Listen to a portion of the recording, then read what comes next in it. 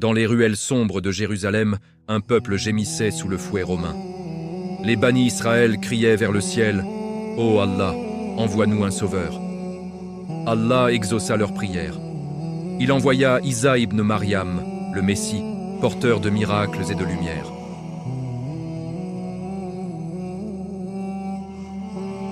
Mais ce qui devait être une délivrance se transforma en la plus grande trahison de l'histoire. Ce soir-là, dans la nuit de Jérusalem, un homme fut arrêté.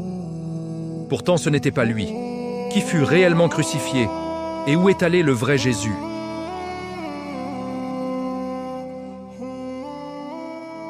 Accrochez-vous, la vérité va vous bouleverser. Jérusalem, l'an 30 après la naissance du Messie. La ville sainte suffoquait sous un soleil de plomb et sous le poids des chaînes romaines. Partout, les aigles d'or de l'Empire flottaient au-dessus des toits, comme des oiseaux de proie, prêts à fondre sur quiconque oserait lever les yeux. Les rues étroites résonnèrent du bruit des sandales cloutées des légionnaires. Leurs fouets s'abattaient sans pitié sur le dos des hommes et des femmes. Les bannis Israël vivaient dans la peur permanente. Leur synagogue, autrefois remplie de prières, était maintenant surveillée. Leurs rabbins parlaient à voix basse. Leur cœur, pourtant, brûlait encore d'un espoir ancien. Depuis des siècles, ils attendaient le Sauveur promis. Et ce Sauveur était enfin venu. Son nom était Isa ibn Maryam. Ce jour-là, le soleil se couchait derrière les collines de Judée, teintant le ciel d'un rouge sanglant. Dans une modeste maison de pierre, Isa était assis, entouré de ses disciples fidèles. La lumière d'une lampe à huile dansait sur son visage noble. Ses yeux, d'un brun profond, semblaient apporter toute la miséricorde du ciel. Mes frères, le royaume de Dieu n'est pas dans les palais. Il est dans les cœurs purs qui aiment Allah. Aimez-vous les uns les autres. Ne rendez pas le mal pour le mal. Un jeune disciple nommé Pierre murmura « Maître, quand le royaume viendra-t-il enfin? Quand serons-nous délivrés de ces Romains ?» Isa posa une main bienveillante sur son épaule. « Le royaume ne vient pas avec éclat visible, il est déjà parmi vous. » Au même moment, dans le somptueux palais du gouverneur romain Ponce Pilate, des torches illuminaient les colonnes de marbre. Pilate, vêtu de sa toge pourpre, faisait les 100 pas. Devant lui se tenaient les grands prêtres Caïphe et Annas. « Cet homme, Isa ibn Maryam, devient dangereux, » siffla Caïphe. « Il guérit les malades, il a même ressuscité un mort. » Le peuple l'écoute. Pilate leva un sourcil, amusé. « Vous venez me supplier de tuer l'un des vôtres? D'habitude, vous me détestez. » Annas avança d'un pas. « Il se fait appeler le Messie. C'est une trahison contre César. Si tu ne fais rien, tu n'es pas ami. » Pilate vida sa coupe d'un trait. « Très bien, surveillez-le, rassemblez des preuves. Mais je ne bougerai pas sans raison valable. » Pendant ce temps, dans les ruelles sombres, un homme au regard fuyant, Judas Iscariote, se glissait entre les maisons. Son cœur était rongé par la peur et l'appât du gain. Il s'arrêta devant une porte gardée par des soldats du temple. « Tu as ce que nous voulons ?» demanda un prêtre. Judas hésita, des images de miracles défilant dans sa tête. « Oui, je sais où il sera demain soir, au jardin de Gethsémani. Il y va souvent prier avec nous. » Le prêtre sourit froidement et glissa une bourse lourde dans la main de Judas. 30 pièces d'argent, le prix d'un esclave. Judas serra la bourse. Le métal froid pesa soudain plus lourd que son âme. Il disparut dans la nuit, le cœur battant. De retour dans la maison, Isa leva soudain la tête, comme s'il avait perçu quelque chose dans l'air. « Maître, tout va bien ?»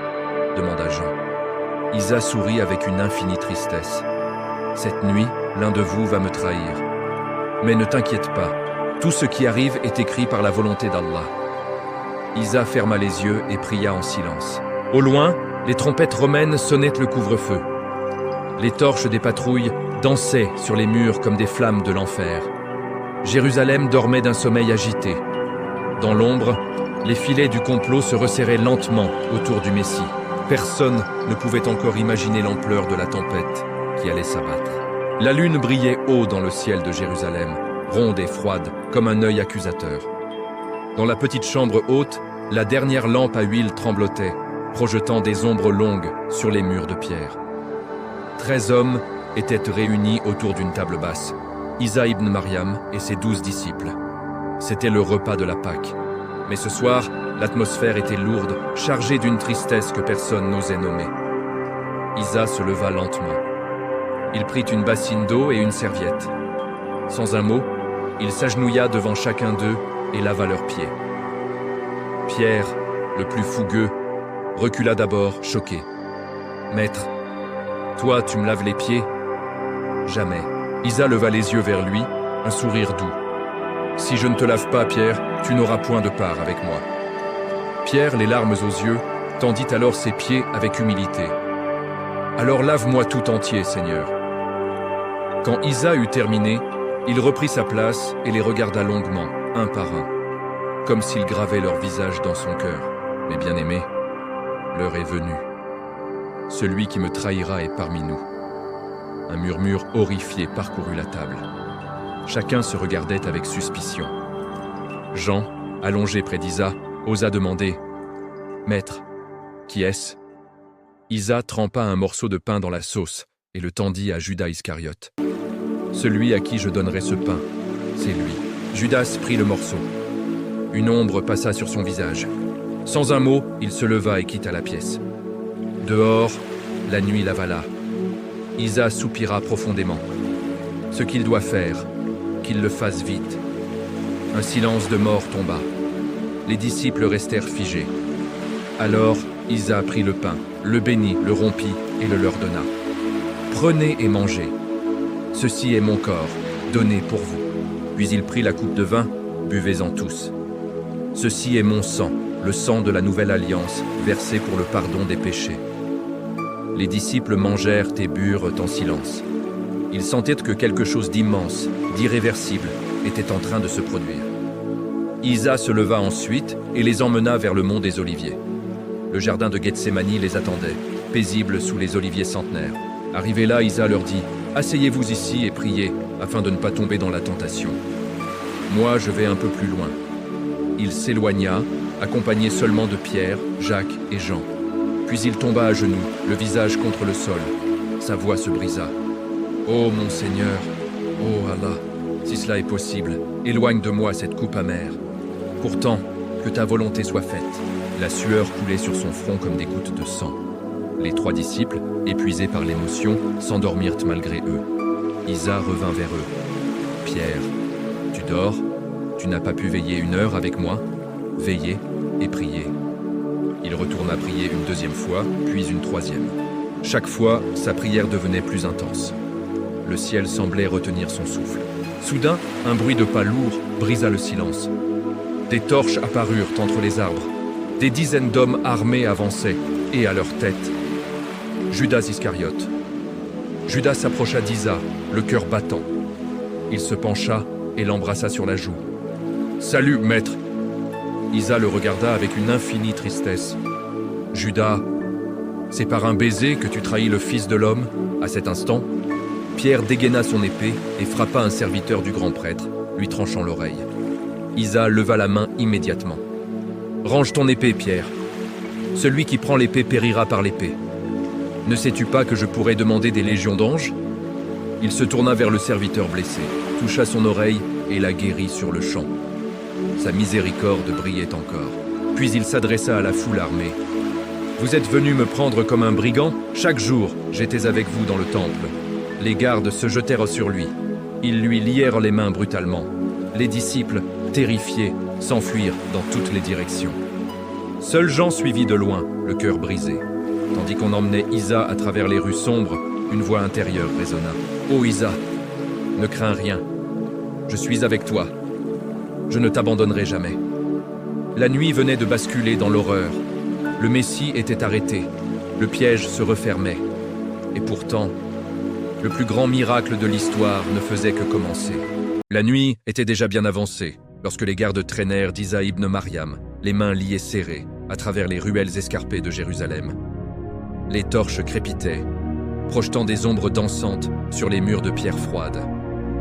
Le silence de la ville était seulement brisé par le cliquetis des chaînes.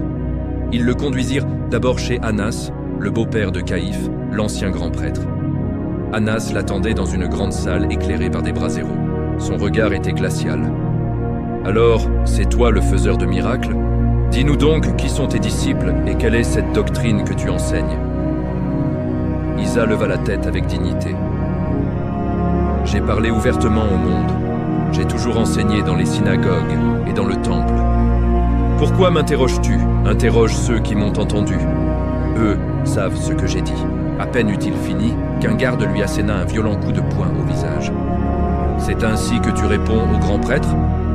Isa, la lèvre fendue, le regarda calmement. « Si j'ai mal parlé, montre où est le mal. Mais si j'ai bien parlé, pourquoi me frappes-tu » Annas l'envoya ligoter chez Caïphe, le grand prêtre en fonction. Là, le Sanhédrin au complet était déjà réuni. Caïphe demanda d'une voix tranchante: « Es-tu le Messie, le Fils du Dieu béni ?» Isa répondit: « Je le suis. Et vous verrez le Fils de l'homme assis à la droite de la puissance et venant sur les nuées du ciel. » Caïphe déchira alors ses vêtements. « Blasphème, quelle est votre sentence ?» Tous crièrent: « Il est digne de mort. » Alors commença le supplice de l'humiliation. Ils crachèrent au visage d'Isa.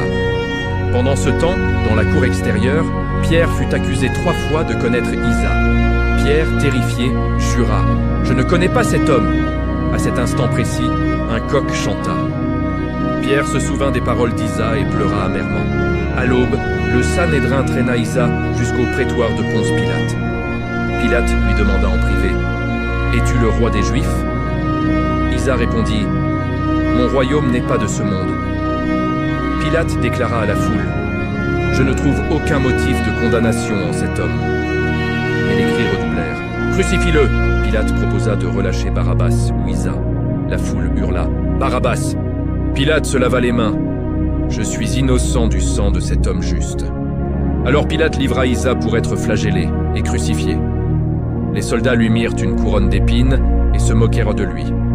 Isa endurait tout cela en silence, les yeux levés vers le ciel. Le soleil de midi cognait impitoyablement sur Jérusalem. L'air était chargé de poussière, de sueur et de l'odeur métallique du sang. Dans la cour du prétoire, les soldats romains avaient terminé leur jeu cruel. Isa ibn Mariam se tenait debout, à peine reconnaissable. Son dos n'était plus qu'une plaie ouverte. La couronne d'épines, enfoncée dans son crâne, faisait couler des filets de sang sur son visage. Un soldat romain lui plaça sur les épaules la lourde poutre de la croix. Le bois rugueux s'enfonça immédiatement dans les chairs à vif. Isa vacilla sous le poids. Ses genoux plièrent. Pourtant, il se redressa avec une force qui dépassait l'humain. La procession commença.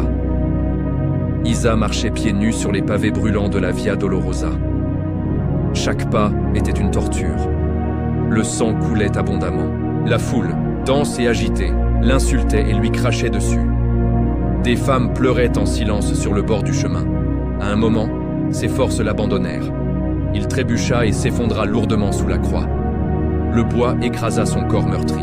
Le centurion aperçut un homme robuste nommé Simon qui revenait des champs. Ils le forcèrent à porter la croix à la place d'Isa. Simon prit la poutre. Au contact du bois chaud du sang du Messie, quelque chose changea en lui. Il continua le chemin, ému. Plus loin, une femme courageuse fendit la foule. C'était Véronique. Elle essuya doucement le visage ensanglanté d'Isa avec son voile. Lorsqu'elle retira le tissu, l'empreinte du visage du Messie y était miraculeusement gravée. Elle tomba à genoux, bouleversée. Il dit aux femmes qui pleuraient: « Filles de Jérusalem, ne pleurez pas sur moi, mais pleurez sur vous-mêmes et sur vos enfants. » Enfin, ils arrivèrent au Golgotha, une colline aride juste à l'extérieur des murs. Le vent y soufflait fort, portant l'odeur de la mort. Les soldats jetèrent Isa à terre. Ils lui arrachèrent ses vêtements et le couchèrent sur la croix étendue au sol. Le bourreau prit un long clou rouillé. D'un coup de marteau puissant, il le transperça. Le bois résonna d'un bruit sourd. Puis les pieds furent cloués. Marie, sa mère, se tenait là, soutenue par Jean. Son visage était noyé de larmes.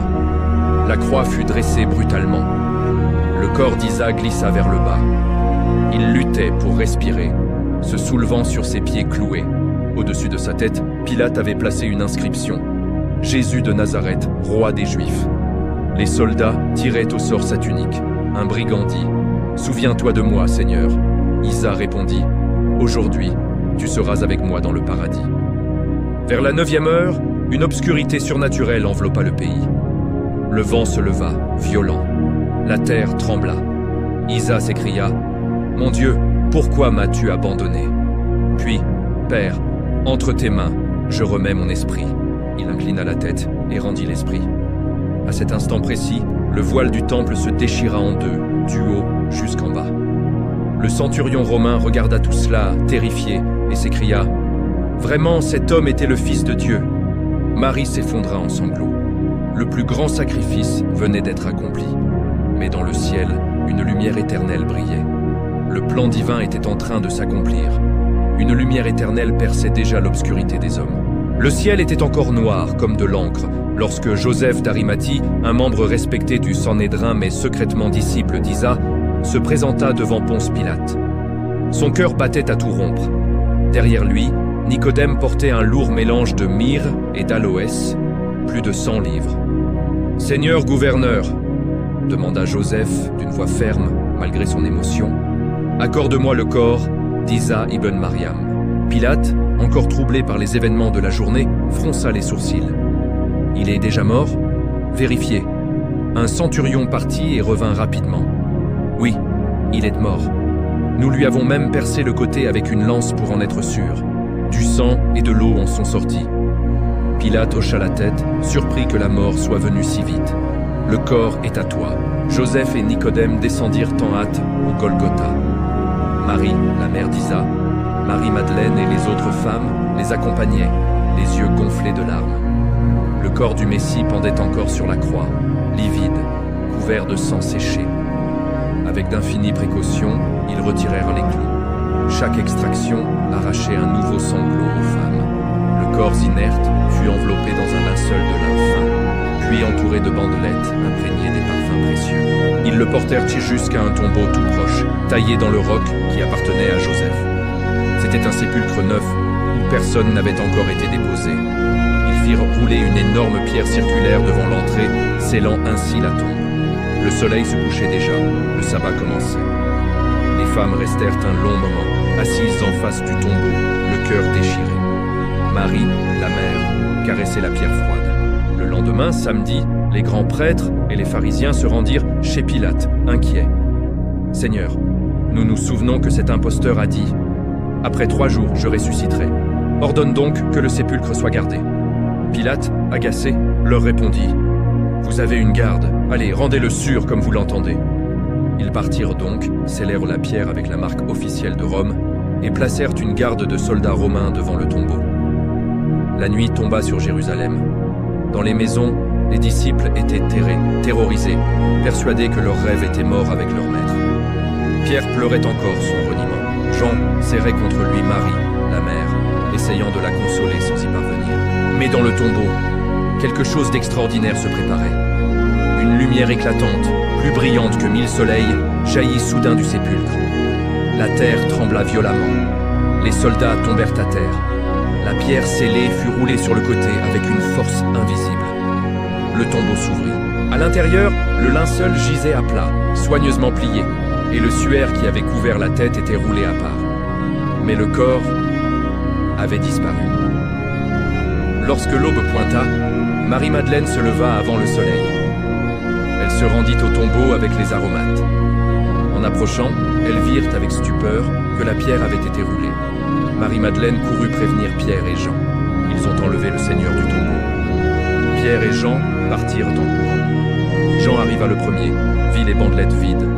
Pierre entra directement. Le linceul était là, vide. Jean le rejoignit alors, vit et crut. Marie-Madeleine resta seule près du tombeau, pleurant amèrement. Elle vit 2 anges, vêtus de blanc, assis là où avait reposé le corps. « Femme Péei, pourquoi pleures-tu » demandèrent-ils. « Parce qu'ils ont enlevé mon Seigneur et je ne sais pas où ils l'ont mis. » Elle se retourna et vit un homme debout. Pensant que c'était le jardinier, elle lui demanda où il l'avait mis. L'homme prononça simplement son nom. « Marie, Rabouni !» s'écria-t-elle en se jetant à ses pieds. « Va dire à mes frères que je monte vers mon père. » Marie-Madeleine courut annoncer la nouvelle. « J'ai vu le Seigneur. » Le même soir, alors que les disciples étaient réunis derrière des portes closes, Isa apparut soudain au milieu d'eux. « La paix soit avec vous. Voyez mes mains et mon côté. C'est bien moi, touchez-moi et voyez. » Mais Thomas, l'un des 12, n'était pas là. « Si je ne vois pas la marque des clous, je ne croirai pas. » 8 jours plus tard, Isa apparut à nouveau. « Avance ton doigt ici, Thomas. Ne sois plus incrédule, mais croyant. » Thomas, bouleversé, tomba à genoux. « Mon Seigneur et mon Dieu, heureux ceux qui n'ont pas vu et qui ont cru. » Isa se montra à plus de 500 frères sur une montagne en Galilée. Il parla du royaume de Dieu pendant 40 jours. Puis vint le dernier jour. Sur le mont des Oliviers, Isa leva les mains et les bénit. Tandis qu'il les bénissait, il s'éleva lentement. Un nuage lumineux le reçut et le déroba à leurs yeux. Ils restèrent là, le regard fixé vers le ciel, émerveillés. « Homme de Galilée, pourquoi restez-vous à regarder le ciel ? Ce Jésus reviendra de la même manière que vous l'avez vu aller au ciel. » Les disciples redescendirent à Jérusalem, le cœur rempli d'une joie nouvelle. Mais dans les palais du pouvoir, nul ne savait encore que le plan divin avait triomphé. Car le vrai Isa ibn Mariam n'avait jamais goûté à la mort sur la croix. Et celui qui avait été élevé vivant vers son Seigneur préparait déjà son retour promis.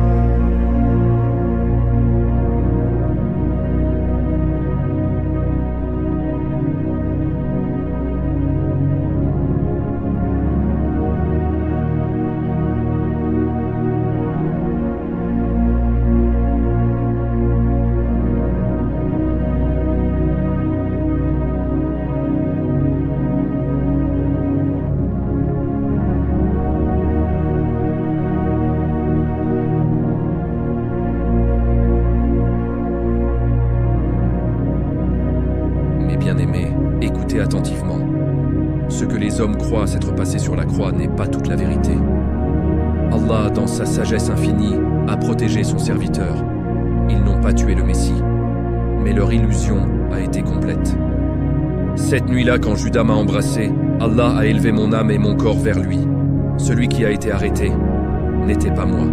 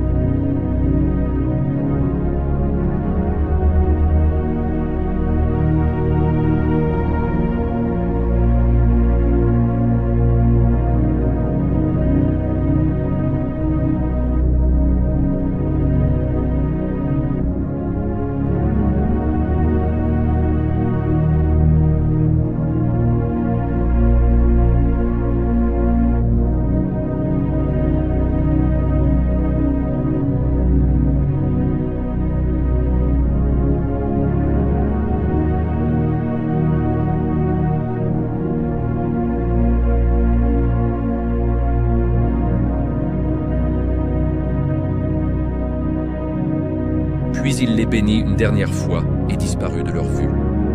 Les jours suivants, les disciples commencèrent leur mission.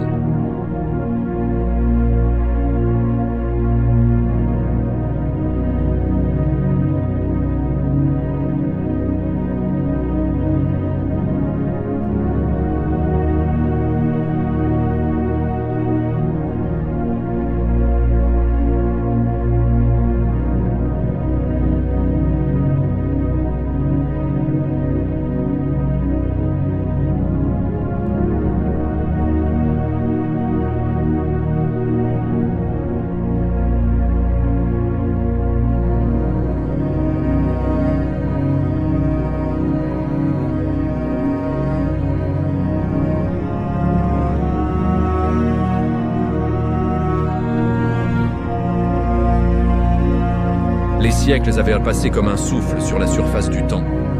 Jérusalem avait vu des empires s'effondrer et d'autres naître.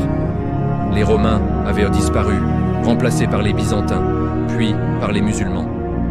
La ville sainte avait changé de main plusieurs fois. Mais une promesse demeurait gravée dans le cœur des croyants sincères. Isa ibn Maryam reviendrait. Et ce jour approchait. Dans les dernières heures de l'histoire humaine, le monde entier était plongé dans le chaos. Les guerres ravagèrent les continents. La corruption avait envahi les cœurs. La justice avait disparu. Et une figure terrifiante apparut. Le Dajjal, l'imposteur suprême. Il était sorti de nulle part, un homme borgne à l'œil droit crevé comme un raisin sec, avec le mot « kafir » sur son front. Il voyageait sur un âne colossal. Partout où il passait, il accomplissait des miracles trompeurs, faisant descendre la pluie sur les terres arides. Des millions de personnes, désespérées, l'avaient suivi en criant « Tu es notre Seigneur ». Les vrais croyants étaient attraqués. Ils se cachaient dans les montagnes et les grottes. Parmi eux se trouvait le Mahdi. Ce soir-là, ils étaient réfugiés près de Damas, dans une mosquée ancienne. La nuit était noire, sans lune. Soudain, un cri retentit. « Il arrive! Le Dajjal est à l'entrée de la ville !» La panique s'empara du groupe. L'imam Mahdi se leva, serein. « N'ayez pas peur, le Messie va descendre. La promesse d'Allah est vraie. » À cet instant, dans le ciel, au-dessus de la mosquée blanche de Damas, une lumière éclatante apparut. Une nuée lumineuse descendit. Un homme descendit, vêtu d'une robe safran, le visage rayonnant de lumière. Ses mains étaient posées sur les ailes de deux anges. C'était lui, Isa ibn Maryam, le Messie. Il descendit doucement jusqu'au minaret de la mosquée et posa le pied sur le sol. Un silence absolu tomba sur la ville. Même le Dajjal, qui approchait avec son armée, sembla sentir quelque chose. Isa prononça la prière du matin avec les croyants. Sa voix était douce et puissante. Puis il sourit à l'imam Mahdi. « Tu as bien guidé ton peuple. Maintenant, je suis là. Où est l'ennemi d'Allah ?» Où Isa prit une lance et se mit en route. Le Dajjal, lorsqu'il vit Isa approcher, commença à fondre comme du sel dans l'eau. Il tenta de fuir, mais Isa le rattrapa à la porte de l'Aude.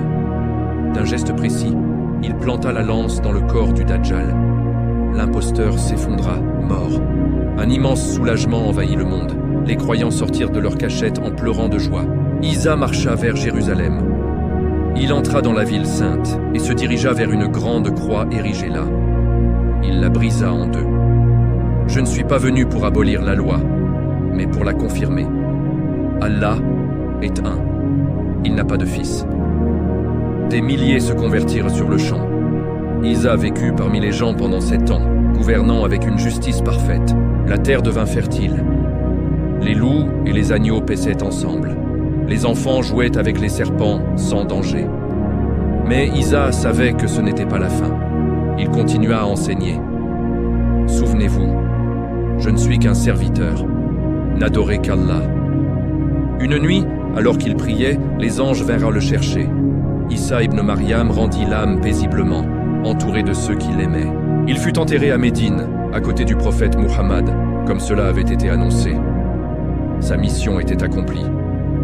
Le monde avait vu que le Messie n'était jamais mort sur le bois, mais qu'il était revenu pour confirmer l'islam. Ils ne l'ont point tué, ils ne l'ont point crucifié, mais cela leur est seulement apparu ainsi. En réalité, Allah l'a élevé vers lui. Et lorsque l'heure viendra, Isa reviendra une dernière fois pour témoigner devant Allah du message qu'il a porté. Les siècles avaient filé comme le sable dans le sablier du destin. Après le départ d'Isa ibn Maryam, la terre connut à nouveau des épreuves. Les hommes oublièrent peu à peu la clarté de son second passage. Les cœurs se divisèrent. Certains recommencèrent à murmurer que le Messie était mort sur la croix. D'autres fabriquèrent de nouvelles légendes. Mais une petite lumière, pure et inaltérable, continuait de briller dans les cœurs de ceux qui lisaient le Coran avec sincérité. Dans une modeste maison de Médine, au XXIe siècle, un jeune homme nommé Bilal était assis seul à la lueur d'une lampe. Devant lui, un exemplaire du Coran ouvert à la sourate An-Nisa. Ses yeux s'arrêtèrent sur les versets 157 et 158. Or, ils ne l'ont ni tué, ni crucifié. Mais ce n'était qu'une illusion pour eux. Allah l'a élevé vers lui. Allah est puissant et sage. Bilal ferma les yeux. Des larmes coulèrent sur ses joues. Il revit en pensée tous les chapitres de cette histoire. La naissance miraculeuse, les miracles, le jardin où la lumière avait enveloppé Isa, le visage changé, le tombeau vide, la descente finale. « Ya Allah, comme ils se sont trompés !» murmura-t-il. Au même moment, à Rome, un vieux cardinal contemplait une immense croix en or. Il sentait au fond de lui un malaise grandissant. Des questions qu'il n'osait plus poser remontaient. Et si nous nous étions trompés pendant 2000 ans? Dans les ruelles de Jérusalem, une jeune Palestinienne nommée Mariam marchait en tenant la main de sa petite fille. « Tu sais, ma chérie, le prophète Isa n'est jamais mort sur une croix. Allah l'a sauvé. Il vit auprès de lui. Alors pourquoi les gens disent le contraire, maman ?» Mariam sourit avec tristesse. Parce que la vérité fait peur à ceux qui veulent le pouvoir. Partout dans le monde, des millions de musulmans récitaient ces versets. Des chercheurs étudièrent les textes. Des chrétiens commençaient à douter. Et dans le ciel, Isa ibn Maryam, entouré de lumière divine, observait la terre avec une tendresse infinie. Un jour, lorsque l'heure ultime sonnera, il descendra une dernière fois. Pas pour vivre parmi nous, mais pour témoigner. Il se tiendra devant l'humanité entière. Il brisera définitivement toutes les croix restantes. Il refusera d'être adoré. Adorez Allah, mon Seigneur et votre Seigneur. Ce jour-là, les voiles tomberont. Les cœurs seront mis à nu. La plus grande tromperie de l'histoire humaine prendra fin. En attendant ce jour, la lumière continue de briller dans chaque verset. Cette lumière ne s'éteindra jamais. Allah a promis de préserver la vérité jusqu'à la fin des temps. Isa ibn Maryam attend patiemment le moment où il pourra dire « Voilà la vérité que j'ai toujours portée, qu'Allah a élevée plus haut que les cieux. » Le vent doux du paradis caressait les collines verdoyantes où reposait désormais le corps d'Isa ibn Maryam, à côté de la tombe du prophète Muhammad. Des siècles avaient passé depuis sa seconde venue sur terre. L'humanité avait traversé les épreuves finales. Le Dajjal avait été vaincu. Yajouj et Majouj avaient été détruits. Et l'heure du jugement dernier approchait à grands pas. Dans les plaines immenses du Machar, le jour de la résurrection, des milliards d'âmes se tenaient debout, attendant le verdict de leur Créateur. Le soleil était si proche qu'il brûlait les têtes. Les gens transpiraient, selon leurs péchés, dans une angoisse indescriptible. Soudain, une lumière plus éclatante que tout ce qu'on pouvait imaginer apparut à l'horizon. Une silhouette descendit des cieux, entourée d'anges. C'était Isa ibn Maryam, revenu une dernière fois, non plus pour vivre parmi les hommes, mais pour témoigner devant Allah. Il se tenait là, les mains marquées des traces légères des épreuves qu'il avait traversées. Il s'avança vers le trône divin. Allah, dans sa majesté infinie, lui demanda « Ô Isa, fils de Marie, as-tu dit aux gens « Prenez-moi pour une divinité ?» Isa ibn Maryam, le cœur rempli d'une crainte respectueuse et d'un amour immense, répondit d'une voix claire qui résonna dans tout l'univers. « Gloire à toi ! Il ne m'appartenait pas de dire ce que je n'avais pas le droit de dire. Si je l'avais dit, tu l'aurais su. Tu sais ce qu'il y a en moi, et je ne sais pas ce qu'il y a en toi. Tu es celui qui connaît parfaitement les choses cachées. Je ne leur ai dit que ce que tu m'avais ordonné. Adorez Allah, mon Seigneur et votre Seigneur. J'étais témoin contre eux, tant que je fus parmi eux. Puis, quand tu m'as rappelé, c'est toi qui as été leur observateur. » Un silence absolu s'abattit sur la plaine du Machar. Des millions de personnes baissèrent la tête, submergées par le remords et la vérité. Isa se tourna alors vers l'humanité entière et déclara « Ô gens, je ne suis jamais mort sur une croix. Allah m'a élevé vers lui vivant. Celui qui a été crucifié n'était qu'une illusion pour ceux qui voulaient me faire taire. Mon message a toujours été le même. Allah est un, il n'a pas d'associé. Je ne suis qu'un serviteur choisi. Heureux celui qui m'a suivi sans m'adorer. Aujourd'hui, la vérité éclate comme le soleil à son zénith. Plus de croix, plus de trinité. À ces paroles, des chaînes invisibles se brisèrent dans les cœurs. Les balances de la justice furent dressées. Ceux qui avaient cru en Allah, sans lui associer de partenaire, entrèrent dans le paradis par la miséricorde d'Allah. Isa vit sa mère Marie, pure et élevée, accueillie avec honneur. Il vit ses disciples fidèles récompensés pour leur amour sincère. Puis Isa s'inclina une dernière fois. Louange à Allah, qui m'a envoyé comme messager et m'a permis de témoigner de la vérité. Allah répondit, « Ô Isa, tu es mon serviteur bien-aimé. Entre dans mon paradis avec ceux qui t'ont suivi. » La croix avait été brisée pour toujours. Le mensonge avait été exposé. La vérité coranique avait triomphé. Cette histoire est un appel, un rappel. Que cette série t'ait rapproché de la vérité pure. Tu fais maintenant partie de ceux qui savent. Si cette série t'a bouleversé, like, partage et abonne-toi à Qasas Coranique. Écris série terminée en commentaire. Que la paix soit sur vous.